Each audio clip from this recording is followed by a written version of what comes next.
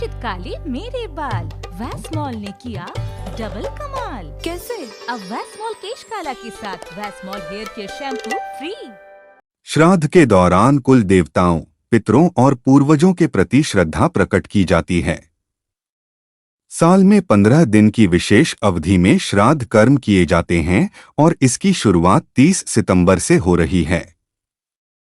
हिंदू धर्म में पितरों के लिए किए जाने वाले श्राद्ध, तर्पण, पिंडदान आदि का बहुत महत्व होता है। श्राद्ध पक्ष से जुड़ी धार्मिक मान्यताओं के अनुसार सनातन परंपरा में जिन 3 प्रमुख ऋण यानी देव ऋण, पितृ ऋण और ऋषि ऋण की बात कही गई है, उसमें पितृ ऋण को उतारने के लिए श्राद्ध को सबसे उत्तम साधन बताया गया है। यही कारण है कि हर साल पितृपक्ष में लोग पूरी श्रद्धा और विश्वास के साथ पितरों के लिए श्राद्ध, तर्पण आदि करते हैं। पौराणिक मान्यता के अनुसार पितृपक्ष के दौरान यदि कोई अपने पितरों से जुड़ी तिथि पर उनके लिए विधि विधान से श्राद्ध करता है तो उसके पितृगण प्रसन्न होकर उस पर अपनी पूरी कृपा बरसाते हैं। मत्स्य पुराण में 3 प्रकार के श्राद्ध होते हैं। पंडित जी बताते हैं कि मृत्स्य पुराण के अनुसार वैसे तो श्राद्ध कर्म 12 प्रकार के होते हैं, लेकिन इनमें 3 कर्म मुख्य हैं। 1 नित्य श्राद्ध। नित्य श्राद्ध वे हैं जो अर्घ्य तथा आह्वान के बिना किए जाते हैं। यह श्राद्ध एक निश्चित अवसर पर किए जाते हैं। 2 नैमित्तिक श्राद्ध। यह श्राद्ध मुख्य रूप से देवताओं के लिए किया जाने वाला श्राद्ध है। यह श्राद्ध किसी ऐसे अवसर पर किया जाता है जो अनिश्चित होता है। 3 काम्य श्राद्ध। यदि आप कोई विशेष फल प्राप्त करना चाहते हैं तो इसके लिए आप काम्य श्राद्ध कर सकते हैं।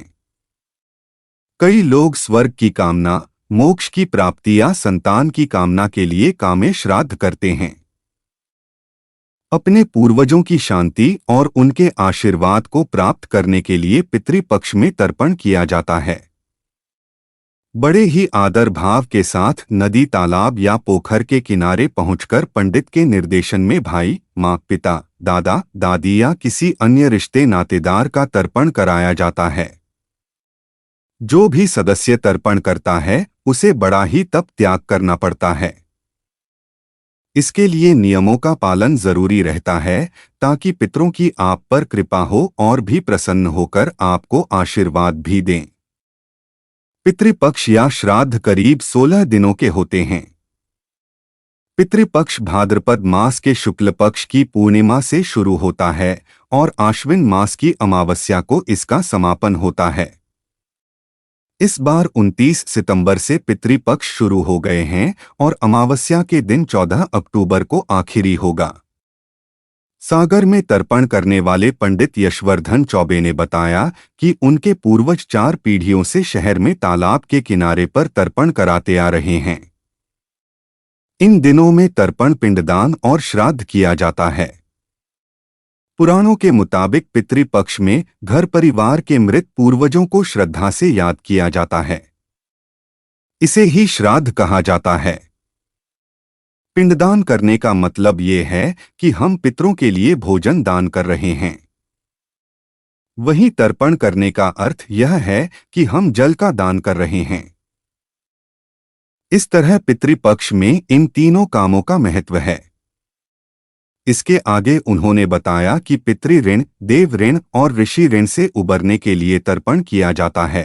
तर्पण करने वाले इन नियमों का पालन करें। करीब 30 सालों से तर्पण कर रहे पंडित यशवर्धन चौबे के मुताबिक श्राद्ध कर्म करने वाले सदस्य को इन दिनों बाल और नाखून नहीं काटने चाहिए। उन्हें ब्रह्मचर्य का पालन भी करना चाहिए। किसी की अंतिम यात्रा या खारी उठावना में शामिल नहीं होना चाहिए। घर के बाहर का कुछ भी खाना पीना नहीं चाहिए। हो सके तो चप्पल भी न पहने। अपने घर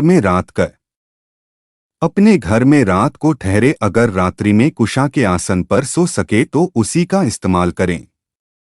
अपने पितृ की तिथि पर श्राद्ध करें। श्राद्ध कर्म हमेशा दिन में करें। सूर्यास्त के बाद श्राद्ध करना अशुभ माना जाता है।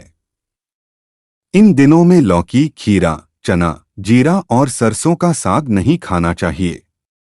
जानवरों या पक्षी को सताना या परेशान भी नहीं करना है।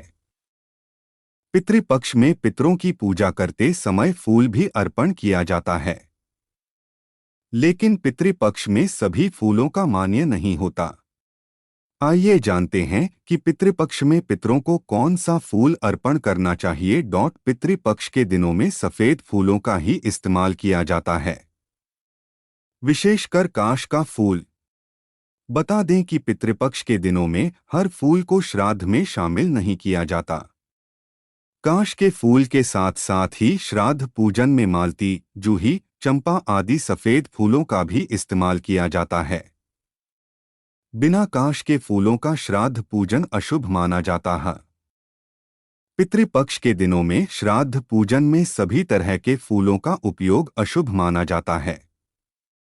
इसीलिए पितृपक्ष श्राद्ध और तर्पण के दौरान बेलपत्र, कदम, करवीर, केवड़ा, मौलसीरी और लाल रंग के फूलों का उपयोग बिल्कुल वर्जित रहता है। इससे पितरी नाराज हो जाते हैं। पितरों के नाराज होने से वंश पर नकारात्मक असर पड़ता है। इसलिए पितृपक्ष के दिनों में इन सब फूलों का उपयोग करने से बचें। वहीं कोई भी पिंडदान देने के लिए सबसे शुभ मुहूर्त दोपहर का माना जाता है, जिसे कुतुब बेला कहते हैं। ना ही अहले सुबह और ना ही ढलती शाम में पिंडदान किया जाना चाहिए। इससे अशुभ प्रभाव पड़ता है। पितृपक्ष में पिंडदान 11:30 बजे से लेकर 2:30 तक का समय सबसे उत्तम माना गया है।